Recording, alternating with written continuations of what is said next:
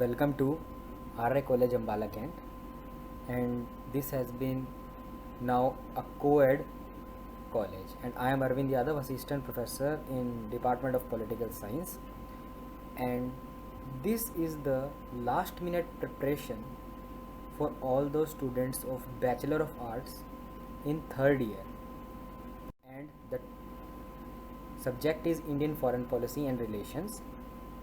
In this unit 4, we will discuss about security, environment and human rights. This is the first point of the unit 4.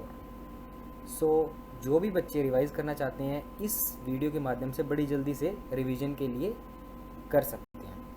So let's discuss first security concern. जब हम India foreign policy की बात करते हैं तो security concern में पहला point क्या आता है? Border dispute. क्योंकि फॉरेन रिलेशन है तो बॉर्डर डिस्प्यूट्स हो सकते हैं, और इसी वजह से बॉर्डर डिस्प्यूट और टेरिटोरियल इंटीग्रिटी एक बहुत ही महत्वपूर्ण पॉइंट है, और उसके लिए हमारी आर्मी सजग है, जो कि हमेशा बहुत सारी जैसे Galwan valley clash, Shimla agreement, जो चाइना और पाकिस्तान की तरफ से हमारा बॉर्डर है, उस सब को प्रोटेक्ट कर रही है. तो first point is this. Again diplomatic जो स्टेप्स लिए जाते हैं वो भी इसमें बहुत ही हेल्प करते हैं. Second point is cross border terrorism. जब आपकी इतनी बड़ी सीमा हो जैसे कि इंडिया की है, और वहाँ पर छोटे छोटे और बड़े देश आपकी सीमा से जुड़ते हों, और जब आपके साथ रेबल नेशंस भी हो, तब हम क्रॉस बॉर्डर टेररिज्म को रोकने के लिए बहुत से स्टेप उठाते हैं, और ये एक सिक्योरिटी कंसर्न है, और Indian army and other forces like BSF, ITBP are guarding that border. And इसी बॉर्डर क्रॉस बॉर्डर टेररिज्म में एक साइबर थ्रेट भी आता है, क्योंकि साइबर थ्रेट कोई बॉर्डर देखता ही नहीं. और हमने इसी वजह से, जैसे एक ऑर्गेनाइजेशन है सार्क ऑर्गेनाइजेशन में regional convention on suppression of terrorism को भी प्रमोट किया है, ताकि हम अटैक्स होते हैं जो टेररिज्म अटैक जैसे कि पुलवामा अटैक हुआ है, उनको आगे होने से रोक सकें, और जो भी उनको करने वाले टेररिस्ट हैं उनको एलिमिनेट कर सकें. नेक्स्ट आता है सिक्योरिटी में मैरीटाइम. इंडिया के साथ हिंद महासागर जुड़ता है और हमारी नेवी उसको प्रोटेक्ट करती है, और नेवी को काम करने के लिए इंडियन ओशन रिम एसोसिएशन एक ऐसी मैरीटाइम कोऑपरेशन के लिए इंडिया के साथ मिलके बहुत सारी कंट्रीज़ ने एक ग्रुप बनाया है. उसके थ्रू हम पूरे समुद्री इलाके को गार्ड करते हैं, और उसी के साथ हमने क्वाड भी बनाया. क्वाड में 4 कंट्रीज़ आती हैं, और हम इंडियन ओशन और पैसिफिक ओशन को कवर करके चलते हैं. एक एग्रीमेंट लिमोआ भी है जो US के साथ हुआ है, और वेरियस और ऐसे नेवल एक्सपीडिशंस होते रहते हैं जिसमें हम दूसरों के साथ कोलैबोरेट करके अपनी मैरीटाइम सिक्योरिटी को कंट्रोल करते हैं. अदर पॉइंट आता है साइबर सिक्योरिटी थ्रेट. आप सब जानते हैं कि साइबर सिक्योरिटी को कोई बॉर्डर नहीं चाहिए, तो इसीलिए इंडिया ने US के साथ मिलकर साइबर फ्रेमवर्क एग्रीमेंट साइन किया हुआ है, जिसमें हम साइबर क्राइम, डाटा सिक्योरिटी, और आजकल जैसे जैसे हम ऑनलाइन सिस्टम की तरफ बढ़ते जा रहे हैं, वैसे वैसे ही हमारे साइबर सिक्योरिटी थ्रेट्स निकल के आ रहे हैं. Someone is always watching you, इसीलिए right to privacy to internet भी आया हुआ है. तो इस वजह से सिक्योरिटी कंसर्न में ये पॉइंट भी कवर हो. और उसके बाद आता है डिफेंस कोऑपरेशन. जब आपको क्रॉस बॉर्डर टेररिज्म देखना है, आपको साइड वाली कंट्रीज से बचा के रखना है, टेररिज्म से बचा के रखना है, तो आप क्या करोगे? डिफेंस कोऑपरेशन करोगे. तो वो भी एक अच्छा पॉइंट है, you can read from the screen. अब आता है सेकंड पॉइंट, इन्वायरमेंटल कंसर्न. आप सब देखते हो कि जब इंडिया की फॉरेन पॉलिसी की बात करते हैं तो इन्वायरमेंटल कंसर्न भी एक बहुत बड़ी चीज़ आती है, जैसे कि क्लाइमेट चेंज सारी जगह हो रहा है, उसमें कोई बॉर्डर नहीं है, और इंडिया की फॉरेन पॉलिसी ऐसी भी होनी चाहिए जिसमें हम क्लाइमेट को बचा सकें. उसी के लिए हमने जैसे कि पेरिस एग्रीमेंट, क्योटो प्रोटोकॉल, इन सब को साइन किया है, और पेरिस एग्रीमेंट के साथ ही हमने इंटरनेशनल सोलर अलायंस भी बनाया था 2015. Another point is air pollution and transboundary fan. Air pollution है जो किसी के लिए नहीं रुकता, उसके लिए हमने डिक्लेरेशन साइन कर रखा है, Male declaration on control and prevention of air pollution. Air pollution की वजह से कितनी बीमारियां फैलती हैं, रिसेंटली दिल्ली के केसेस आप देख सकते हो इंडिया में, और ये ट्रांस बाउंड्री होता है. ट्रांस बाउंड्री का मतलब है कि कोई बाउंड्री नहीं देखता, right. Another point is commitment to global climate agreement, वही बात आता थी जैसे कि पेरिस एग्रीमेंट है, पेरिस एग्रीमेंट ग्लोबल एग्रीमेंट है और उसके साथ हमने इंटरनेशनल सोलर लाइन्स बनाया।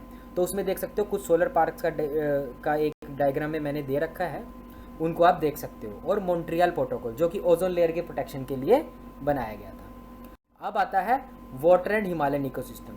इंडिया के पास हिमालयन इकोसिस्टम है जो कि बहुत बेनिफिशियल है और उसको कंजर्व करना भी इंडिया की रिस्पॉन्सिबिलिटी है। अब हिमालय इंडिया से तो जाता नहीं, तो इससे बहुत कंट्रीज़ लगती हैं और उन्हीं कंट्रीज़ की वजह से हमारी फॉरेन पॉलिसी में ही इसको इंक्लूड करना पड़ता है जब हम इन्वायरमेंट की बात करते हैं। और इसी के साथ गंगा भी आती है। अब आता है ह्यूमन राइट्स। ह्यूमन राइट्स मतलब मानवाधिकार। मानवाधिकार में क्या क्या आ सकता है, इसके ऊपर पहला पॉइंट आता है रेफ्यूजीज। जब भी कहीं वॉर लाइक सिचुएशन होती है, जैसे कि म्यांमार थाईलैंड में हुआ था, म्यांमार के पास हुआ था, रोहिंग्याज का हुआ था, तो क्या होता है, इन्फ्लक्स ऑफ ह्यूमन होता है और ह्यूमन के राइट्स का शोषण होता है। तो वो कहाँ आ जाएंगे, उस कंट्री में जहाँ पे वो सेफ हैं। तो उसी के लिए इंडिया, हालांकि 1951 रेफ्यूजी कन्वेंशन जो स्क्रीन पे दिया गया उसका इंडिया पार्ट नहीं होते हुए भी ह्यूमैनिटेरियन प्रिंसिपल पे रेफ्यूजीज, बहुत सारे रेफ्यूजीज को वो शरण में रखता है। जैसे कि इंडियन 1947 वॉर के टाइम हुआ था, बांग्लादेश वॉर के टाइम हुआ था, कहीं भी कोई क्राइसिस जो आते हैं तब बहुत सारे लोग कहाँ जाते हैं, इंडिया में आते हैं, क्योंकि इंडिया उनकी तरफ एक अच्छी पॉलिसी रखता है। नेक्स्ट आता है इन्वायरमेंटल कंसर्न में प्रोटेक्शन ऑफ डेमोक्रेटिक वैल्यूज। इसमें जैसे कि ह्यूमन राइट्स को डिक्लेरेशन के लिए United nation universal declaration of human rights है जो कि 10 दिसंबर 1948 को साइन किया गया था। उसमें इंडिया पार्टिसिपेट करता है ताकि ह्यूमन वैल्यूज़ को और भी प्रोटेक्ट किया जा सके। वही से डेमोक्रेटिक वैल्यूज़ का कंसेप्ट भी। Another point is diaspora. Diaspora वो होते हैं जो जैसे यहाँ के इंडियंस किसी और देश में जाके बस जाते हैं तो उन्हें भी प्रोटेक्शन चाहिए।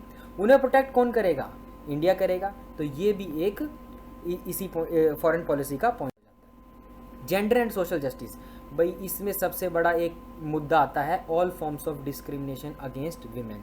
विमेन के साथ कितने उत्पीड़न होते हैं, अलग अलग तरह के होते हैं, तो और हर जगह होते हैं। तो इंडिया में भी, इंडिया के बाहर भी ये होगा और इंडिया उसको प्रोटेक्ट करने के लिए फॉरेन पॉलिसी में इस पॉइंट को भी इंक्लूड करती है।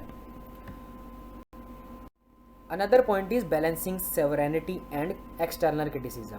भाई इंडिया ने तो बहुत सारे काम कर लिए, लेकिन उसको बाहर लागू करने के लिए बाकी कंट्रीज़ का भी तो हमारे ऊपर हमारे साथ रिलेशन अच्छा होना चाहिए। तो फॉरेन पॉलिसी के थ्रू अपनी सोवरेनिटी बचाते हुए, दूसरी कंट्री को इन्वॉल्व करते हुए, हमने यूएन चार्टर में non interference in internal policy and external criticism, ये भी इसके लिए इंडिया बैलेंस करने के लिए हमेशा यूएन में आवाज़ उठाता है ताकि हम अपनी सोवरेनिटी को भी बैलेंस कर सकें और एक्सटर्नल क्रिटिसिज्म को भी कर सकें, तभी हमारी फॉरेन पॉलिसी अच्छे से लग पाएगी। इसके साथ ही अब कंक्लूजन पे आते हैं। इन तीनों पॉइंट से हमें ये समझ आता है कि हमें जब इंडियन फॉरेन पॉलिसी बनानी है तो हमें नेशनल सिक्योरिटी, इन्वायरमेंटल सस्टेनेबिलिटी और ह्यूमन राइट्स तीनों को प्रोटेक्ट करना पड़ेगा।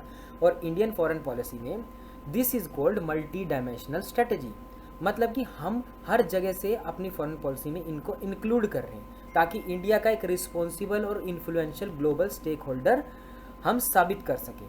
तो हम डिप्लोमेसी यूज़ करते हैं, कोऑपरेशन यूज़ करते हैं, स्ट्रैटेजिक ऑटोनॉमी यूज़ करते हैं। सो इसी के साथ ये वाला टॉपिक ख़त्म होता है। Thank you.